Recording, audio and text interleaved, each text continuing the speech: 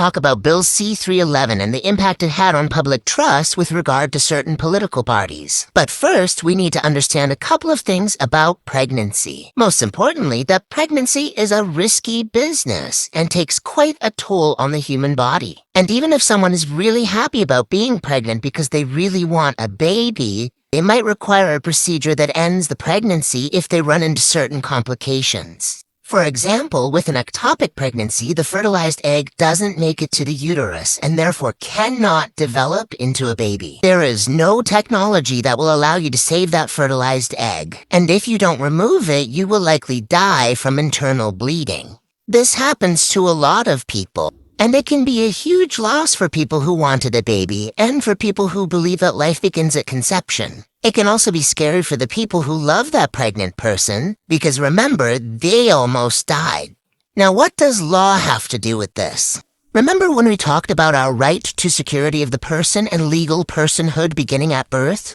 Well, there are several important reasons for that. One is that if legal personhood applied to a fertilized egg, then doctors couldn't legally remove it, even though it could never become a baby. And people who were happy to be pregnant and who wanted a baby could bleed out and die. And that's without even getting into all the things that can go wrong if a fertilized egg makes it to the uterus. And that's why it's so important that even if we have a spiritual belief that life begins much earlier, that the law, which is what doctors have to obey, does not give legal personhood until birth.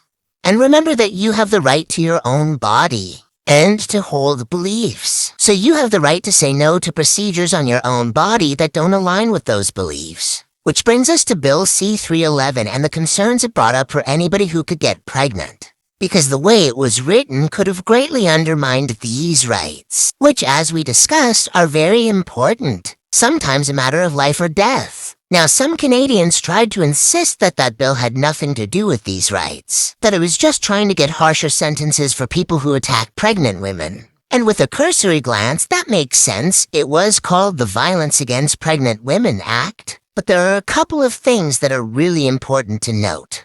One being that harming a pregnant woman isn't bad because they're pregnant, it's bad because harming humans is bad. And I know we forget sometimes, but women are humans, and they have the right to life, liberty, and security of the person. And, very concerningly, the bill's language implied a different definition of personhood, phrasing it as something that begins before birth, which again could be a life or death problem for anybody who could get pregnant. Another thing worth noting is that not one Canadian anti-violence group supported the bill. And that's because as experts, they have a better idea of the legal issues around violence against women and around harsher sentencing. And we'll talk more about that in a different video about our judicial system. Now, there were also some red flags surrounding the bill because the only people who supported it were groups who don't want everyone to have rights to their own body. And there were different versions of petitions used to talk to Canadians about the bill, one with language that supported bodily autonomy, and one with language that was against bodily autonomy. Which is weird if the bill wasn't supposed to have anything to do with that. And the person who brought forth the bill, among other things, had a history of trying to push similar bills. Now, thankfully for anybody who can get pregnant, this bill didn't pass, but it does bring up the issue of trust with regard to certain parties. Because every single MP who was part of a certain party on this side of this line voted for this bill. Many argued that this was just one interpretation of this bill, and lawyers gave them bad news about how the law works. And it's true that some people might have a better understanding of the law than others. But I think what's more important to remember is that the powerful people influencing and funding the parties on this side of this line are using people who believe that some people deserve rewards and other people deserve punishment to gain power.